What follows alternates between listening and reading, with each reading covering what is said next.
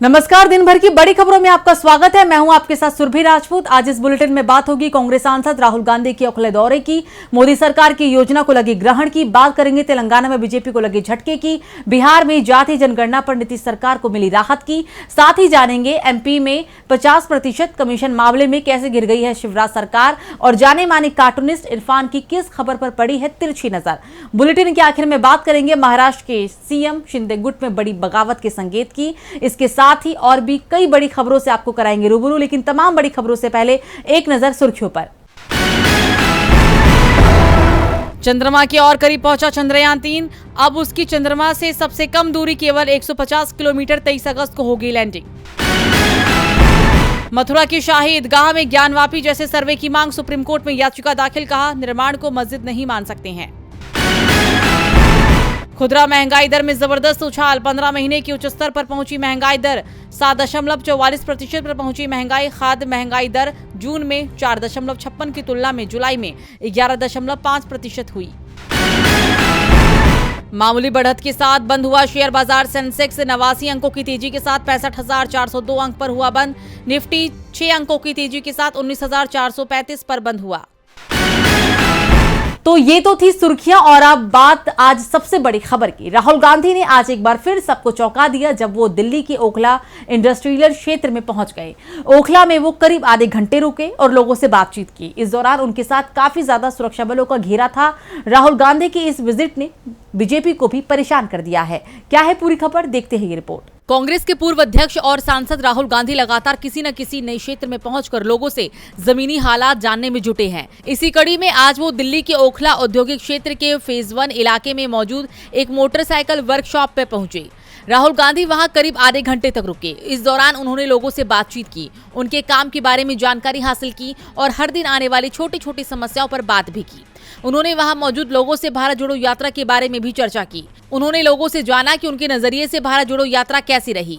आपको बता दें, राहुल गांधी अपनी भारत जोड़ो यात्रा पार्ट 2 की तैयारियों को अंतिम रूप देने में लगे हुए हैं, और ऐसे में यहां यात्रा को लेकर लोगों से बात करना इस बात का संकेत दे रहा है कि राहुल गांधी यात्रा 2 को लेकर अभी लोगों में जोश और जिज्ञासा पैदा कर रहे हैं। राहुल गांधी की ओखला की वर्कशॉप में आने की बात लोगों को पता चली तो वहां हजारों की संख्या में भीड़ इकट्ठा हो गई। लोग कांग्रेस नेता की एक झलक पाने के लिए बेताब दिखे। वहां मौजूद लोगों से राहुल गांधी ने हाथ मिलाया। इस दौरान वहां लगातार राहुल गांधी जिंदाबाद के नारे लगते रहे। इससे पहले राहुल गांधी 1 अगस्त की सुबह 4 बजे सब्जी मंडी आजादपुर पहुंचे थे। मंडी में उन्होंने विक्रेताओं और ग्राहकों से फल और सब्जी की बढ़ती कीमतों पर बात भी की थी। इससे कुछ दिन पहले राहुल गांधी सोनीपत में किसानों के खेतों में पहुंचकर धान रोपते नजर आए थे। राहुल ने किसानों के साथ वक्त बिताया था और उनसे उनकी मूल समस्याएं भी जानी थी। इसके अलावा वो कुछ दिन पहले दिल्ली के करोल बाग के एक बाइक रिपेयरिंग मार्केट में पहुंचे थे, जहां उन्होंने कार मैकेनिकों की समस्या जानी थी। आपको बता दें, राहुल गांधी आज ही वायनाड के दौरे से लौटे हैं, जिसके बाद वो सीधे एक बार फिर लोगों के बीच में नजर आए। राहुल की यही सक्रियता बीजेपी की मुश्किलें बढ़ा रही है। राहुल की अचानक इस तरह आम लोगों से मिलने से बीजेपी परेशान हो रही है। परेशानी में मोदी सरकार भी दिखाई दे रही है, क्योंकि केंद्र सरकार के एक ड्रीम प्रोजेक्ट पर कई राज्यों की सरकारों ने हरी झंडी दिखाने से साफ इनकार कर दिया है। तो क्या है पूरा मामला, देखिए रिपोर्ट। उच्च शिक्षा के क्षेत्र में मोदी सरकार नई शिक्षा नीति लाई है। केंद्र सरकार प्रधानमंत्री उच्चतर शिक्षा अभियान PMUSHA लागू करने की कोशिश में जुटी है, लेकिन ये योजना मुश्किल में दिख रही है। बीजेपी विरोधी दलों के शासित राज्य केरल, तमिलनाडु, पश्चिम बंगाल सहित 14 राज्यों और केंद्र शासित प्रदेशों ने नई शिक्षा नीति को मंजूरी नहीं दी है। गैर एनडीए शासित राज्यों के अधिकारियों ने MOU के बारे में चिंता जताई है और कहा है कि प्रधानमंत्री उच्चतर शिक्षा अभियान बजट का 40% राज्यों को खर्च करना है। नई शिक्षा नीति में सुधारों के लिए राज्यों को कोई अतिरिक्त धन नहीं दिया गया है।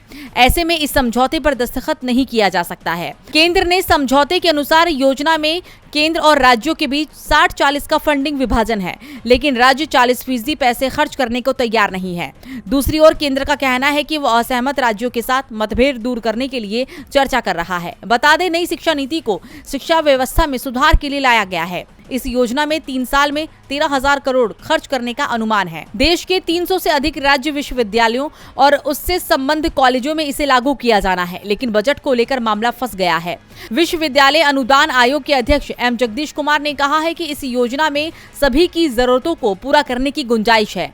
अभी तक 22 राज्यों और केंद्र शासित प्रदेशों ने समझौता ज्ञापनों पर हस्ताक्षर किए हैं। 14 राज्यों और केंद्र शासित प्रदेशों के मतभेदों को दूर करने और NEP और PMUSHA के महत्व को बताने के लिए चर्चा जारी है और जल्दी ही उनकी समस्या को सुलझा लिया जाएगा। लेकिन जिस तरह से खर्चे को लेकर राज्य अड़ गए हैं, उससे साफ है कि पीएम मोदी का ये ड्रीम प्रोजेक्ट मुश्किल में फंस गया है। फिलहाल तो मामला फंसता दिखाई दे रहा है। ऐसे में मोदी सरकार के सामने मुश्किलें तो बढ़ती दिख रही है। इन मुश्किलों को कांग्रेस ने और भी ज्यादा बढ़ा दिया है। MP, राजस्थान, तेलंगाना, छत्तीसगढ़ जहां विधानसभा चुनाव होने वाले हैं, वहां बीजेपी के तमाम दिग्गज कांग्रेस में शामिल हो रहे हैं और इस बार बीजेपी को बड़ा झटका लगा है तेलंगाना में। तो किस नेता ने छोड़ी है पार्टी, देखिए ये रिपोर्ट। तेलंगाना में बीजेपी को जबरदस्त झटका लगा है। 5 बार के विधायक और पूर्व मंत्री ए चंद्रशेखर ने बीजेपी से इस्तीफा दे दिया है। अपने इस्तीफे के साथ ही चंद्रशेखर ने यह भी साफ कर दिया है कि वो जल्द ही कांग्रेस पार्टी में शामिल हो जाएंगे। उनके 18 अगस्त को दिल्ली में कांग्रेस की सदस्यता लेने की संभावना है। तेलंगाना चुनावों से कुछ समय पहले ही चंद्रशेखर का इस्तीफा बीजेपी के लिए बड़े झटके के समान माना जा रहा है। चंद्रशेखर को मनाने की बीजेपी ने बहुत कोशिश की थी। बीजेपी चुनाव प्रबंधन समिति के अध्यक्ष एटाला राजेंद्र तो उन्हें मनाने के लिए घर तक पहुंच गए थे और दावा किया था कि चंद्रशेखर बीजेपी में ही रहेंगे। लेकिन अब बीजेपी की सभी कोशिशें असफल साबित हुई हैं। चंद्रशेखर ने बताया है कि उन्होंने पार्टी की सदस्यता से अपना इस्तीफा प्रदेश बीजेपी अध्यक्ष और केंद्रीय मंत्री जी किशन रेड्डी को भेज दिया है। बीजेपी से इस्तीफा देने का ऐलान करते हुए चंद्रशेखर ने पार्टी के नेतृत्व पर कई आरोप लगाए हैं। उन्होंने कहा कि बीजेपी और राज्य की सत्ताधारी पार्टी BRS आपस में मिले हुए हैं। केंद्र की बीजेपी सरकार KCR सरकार की मदद कर रही है। दोनों के बीच में कई मामलों पर सहमति है। खासतौर पर कांग्रेस पार्टी के खिलाफ बीजेपी और BRS ने हाथ मिला लिया है। KCR की सरकार राज्य के लोगों के साथ अन्याय कर रही है और बीजेपी सब कुछ देखते हुए शांत है। चंद्रशेखर 1985 से 2009 तक विकाराबाद से 5 बार विधायक रहे।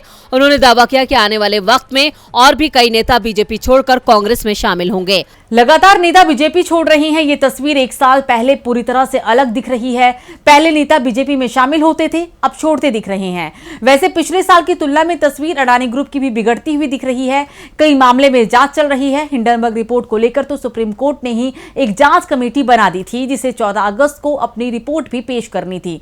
तो क्या हुआ कोर्ट में, देखिए ये रिपोर्ट। सेबी ने सुप्रीम कोर्ट से अडानी ग्रुप और अमेरिकी short selling firm Hindenburg research के केस को लेकर 15 दिन का और वक्त मांगा है। सेबी ने सुप्रीम कोर्ट से कहा कि कुछ दलालों की जांच करने के लिए ये वक्त चाहिए। इनकी जांच के बाद सेबी ने कंप्लीट रिपोर्ट सौंपने की भी बात कही है। सेबी ने फाइलिंग में कहा है कि जांच सस्टेनेबल तरीके से की जा रही है। सेबी अडानी ग्रुप पर लगाए गए आरोपों की जांच के लिए विदेशी संस्थाओं से जानकारी भी जुटा रहा है। सेबी ने कहा कि वो एजेंसियों से भी संपर्क कर रहा है। आरोपों की जांच तेजी से चल रही है। इन सभी जानकारियों का मूल्यांकन करने के बाद रिपोर्ट सौंपी जाएगी। गौतम अडानी की कंपनी पर लगाए गए आरोपों की जांच में 24 मामलों में से सेबी ने 27 की जांच कर ली है और बाकी 7 मामले में से 4 मामलों में जांच लगभग पूरी हो चुकी है और इस मामले में तैयार की गई रिपोर्ट अधिकारी के अपूर्व और जांच करने की प्रक्रिया में है।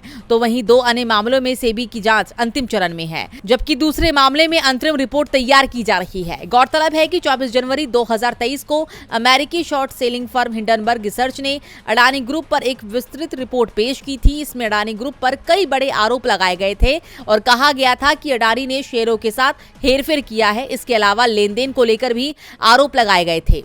इन आरोपों के बाद अडानी ग्रुप का मार्केट कैप $100 अरब से ज्यादा गिर गया। ग्रुप के कंपनियों के शेयर भी तेजी से गिरे। इतना ही नहीं, गौतम अडानी दुनिया के अमीरों की लिस्ट में नंबर 2 से 36वें नंबर पर चले गए थे। सेबी ने 15 दिन और मांग लिए हैं और अब सेबी की जांच रिपोर्ट में क्या है, ये रिपोर्ट सामने आने पर ही साफ होगा। लेकिन बिहार की जाति जनगणना की तस्वीर जरूर साफ होती दिखाई दे रही है, क्योंकि यहाँ सुप्रीम कोर्ट ने जाति जनगणना पर रोक लगाने के आदेश को नहीं दिया है। बिहार में जातीय गणना पर सुप्रीम कोर्ट ने फिलहाल रोक लगाने के आदेश से इनकार कर दिया है। सुप्रीम कोर्ट ने मामले की सुनवाई टाल दी है और अब इस मामले की सुनवाई 18 अगस्त को होगी। आपको बता दें, याचिकाकर्ता ने सर्वे पर अंतिम रोक लगाने की मांग सुप्रीम कोर्ट में की थी, लेकिन सुप्रीम कोर्ट ने कहा कि बिना दोनों पक्षों की बात सुने हम कोई आदेश नहीं दे सकते हैं। इस मामले पर दाखिल की गई दूसरी याचिकाएं भी 18 अगस्त को लिस्टेड है, इसलिए सभी को एक साथ सुनेंगे। दरअसल पटना हाईकोर्ट ने बिहार सरकार को राहत देते हुए राज्य में जाति गणना कराने को मंजूरी दी थी। हाईकोर्ट ने 1 अगस्त को फैसला सुनाते हुए बिहार सरकार की जातिगत जनगणना को सही ठहराया था। साथ ही जातीय गणना के खिलाफ दायर सभी याचिकाओं को खारिज कर दिया था, जिसके बाद सुप्रीम कोर्ट में एनजीओ एक सोच एक प्रयास की ओर से पटना हाईकोर्ट के फैसले को चुनौती दी गई है। इसी फैसले के खिलाफ सुप्रीम कोर्ट में अर्जी लगाई गई, जिस पर अब 18 अगस्त को सुनवाई होगी। बिहार की जातीय जनगणना से केंद्र की मोदी सरकार की बढ़ती परेशानी भी दिखाई दे रही है, क्योंकि जनगणना का काम पूरा होने को है और इसकी रिपोर्ट सामने आने के बाद देश भर में जातीय जनगणना की मांग और तेजी पकड़ सकती है। कई राज्यों में तो इसे राजनीतिक दलों ने बड़ा मुद्दा बनाना भी शुरू कर दिया है। बिहार सरकार को सुप्रीम कोर्ट से राहत मिली है, तो दूसरी ओर मध्य प्रदेश की बीजेपी सरकार अपने ही बुरे जाल में फंसती दिख रही है। 50% कमीशन का पोस्ट और उस पर कार्रवाई अब बीजेपी के लिए ही मुश्किल पैदा कर रहा है। तो क्यों कांग्रेस नेताओं पर एफआईआर दर्ज कर फंस गई है शिवराज सरकार? देखिए ये रिपोर्ट। मध्य प्रदेश में कांग्रेस महासचिव प्रियंका गांधी, पूर्व मुख्यमंत्री कमलनाथ सहित मध्य प्रदेश में कई दिग्गज कांग्रेस नेताओं पर एफआईआर दर्ज कर बीजेपी सरकार मुश्किल में फंस गई है। एफआईआर दर्ज होने के बाद अब कांग्रेस कार्यकर्ता सड़क पर उतर आए हैं और खुलकर बीजेपी की शिवराज सरकार पर 50% कमीशन का आरोप भी लगा रहे हैं। इंदौर, भोपाल सहित तमाम शहरों में अब कांग्रेस ने इसे लेकर पोस्टर भी लगाए हैं। तो वहीं प्रदेश के पूर्व सीएम और प्रदेश कांग्रेस अध्यक्ष कमलनाथ ने ट्वीट कर एक बार फिर से बीजेपी सरकार को घेरा है। चोरी और सीना चोरी कमीशन राज्य सरकार का मूल मंत्र बन गया है। मुख्यमंत्री रोज पूरे प्रदेश में घूमकर विकास पर भाषण देते हैं और प्रदेश का नौजवान और भविष्य के विनाश पर आंसू बहाता है। प्रदेश में 1 करोड़ से अधिक बेरोजगार नौजवान हैं, लेकिन इन्हें रोजगार की जगह नर्सिंग घोटाला, व्यापम घोटाला, पुलिस भर्ती घोटाला, पटवारी घोटाला और आयुष्मान कार्ड घोटाला मिलता है। 50% कमीशन के इस राज से विदाई के साथ ही इस घोटाला राज का भी अंत होगा, तभी प्रदेश का नौजवान निशंक होगा। तो वहीं कांग्रेस विधायक जीतू पटवारी ने भी बीजेपी पर निशाना साधा है और कहा है कि जब प्रियंका गांधी, कमलनाथ और हमारे साथियों ने कहा कि मध्य प्रदेश में 50% कमीशन की सरकार है, तो सीएम शिवराज तिलमिला गए और एफआईआर करवा दी। आज यहाँ कोई ऐसा विभाग नहीं है जहाँ ट्रांसफर पोस्टिंग के लिए पैसे नहीं लिए जा रहे हों। आज मध्य प्रदेश कमीशन के महाजाल से जूझ रहा है, यानी कांग्रेस नेताओं पर एफआईआर दर्ज कराकर अब बीजेपी बुरी तरह से फंसती हुई दिख रही है और 50% कमीशन सरकार का मामला तूल पकड़ता दिख रहा है। मध्य प्रदेश में बीजेपी मुश्किल में है और इस खबर के बाद देखते हैं जाने माने कार्टूनिस्ट इरफान की किस खबर पर पड़ी है तिरछी नजर।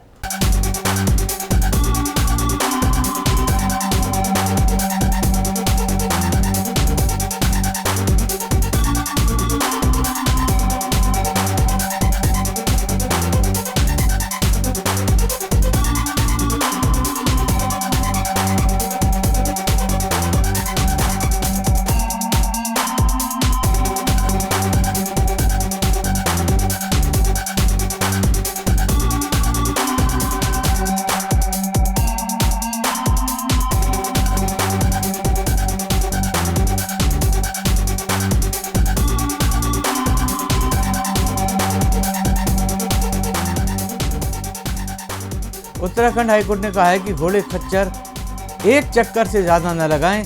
सवाल ये है कि चक्कर लगाने वाले खच्चर के मालिक का खर्चा क्या उस एक चक्कर में निकल आएगा?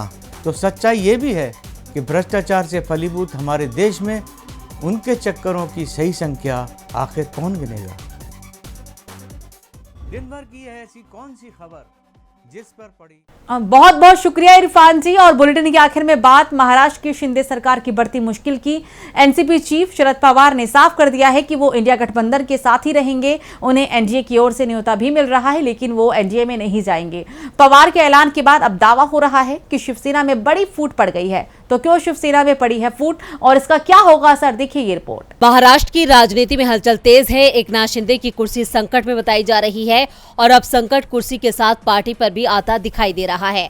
पार्टी के विधायकों में नाराजगी बढ़ती जा रही है। इस बीच एनसीपी विधायक और शरद पवार के भतीजे रोहित पवार ने दावा किया है कि शिंदे गुट के विधायक अब दल बदलने की तैयारी में हैं। 12 से 15 विधायक नाराज हैं और उद्धव ठाकरे के संपर्क में हैं। वो शिवसेना यूबीटी में वापसी की तैयारी कर रहे हैं। फैसला उद्धव को लेना है।